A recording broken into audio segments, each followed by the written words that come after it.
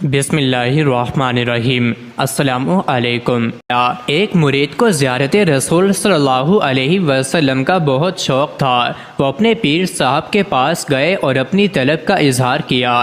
پیر صاحب نے کہا ٹھیک ہے، میں تمہیں زیارت کا نسخہ کیمیا سمجھا دوں گا، لیکن اس کے لیے 2 دن کا وقت درکار ہوگا، لہٰذا 2 دن تک تم نے ایسا ہی کرنا ہے جیسے میں کہوں۔ مرید جو کہ حکم کا غلام تھا راضی ہو گیا۔ پیر صاحب نے فرمایا کہ کل رات کا کھانا آپ نے میری طرف کھانا ہے، میری طرف سے آپ کی دعوت ہے، اور کرنا یہ ہے کہ ابھی سے لے کر کل رات تک بلکہ پرسوں صبح تک تم نے پانی نہیں پینا ہے، باقی کھانا کھاؤ بے شک۔ مرید وعدہ کر کے چلا گیا۔ وہ پورا دن اور اگلی شام تک مرید نے وعدے کے مطابق پانی نہیں پیا۔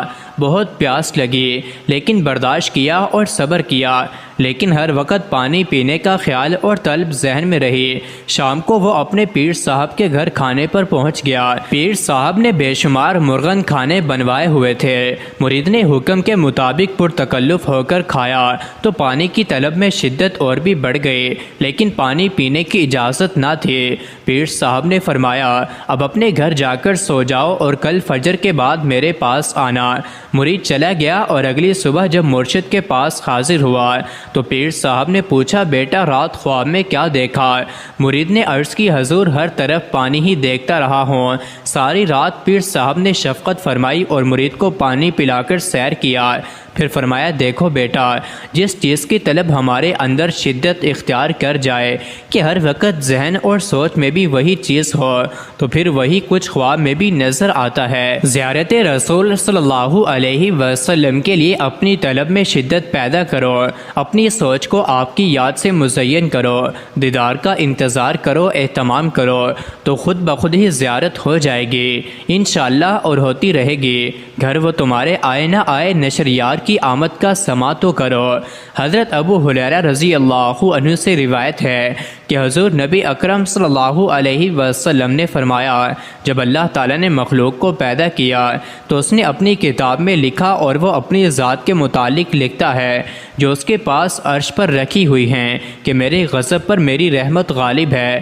حضرت ابو ہریرہ رضی اللہ عنہ روایت کرتے ہیں کہ میں نے سنا کہ حضور نبی اکرم صلی اللہ علیہ وسلم نے فرمایا ایک آدمی نے گناہ کیا، راوی نے کبھی یہ الفاظ کہے کہ ایک شخص سے گناہ سرزد ہوا تو وہ عرض گزار ہوا اے میرے رب میں گناہ کر بیٹھا، کبھی یہ الفاظ کہے کہ مجھ سے گناہ ہو گیا بس تو مجھے بخش دے، چنانچہ اس کے رب نے فرمایا میرا بندہ جانتا ہے کہ اس کا رب ہے جو گناہوں کو معاف کرتا اور ان کے باعث مواخذہ کرتا ہے، لہٰذا میں نے اپنے بندے کو بخش دیا۔ اس کے بعد جب تک اللہ تعالیٰ نے چاہا وہ گناہ سے باز رہا، پھر اس نے گناہ کیا یا اس سے گناہ سرزد ہو گیا تو اس نے عرض کیا اے میرے رب میں گناہ کر بیٹھا یا مجھ سے گناہ ہو گیا پس مجھے بخش دے۔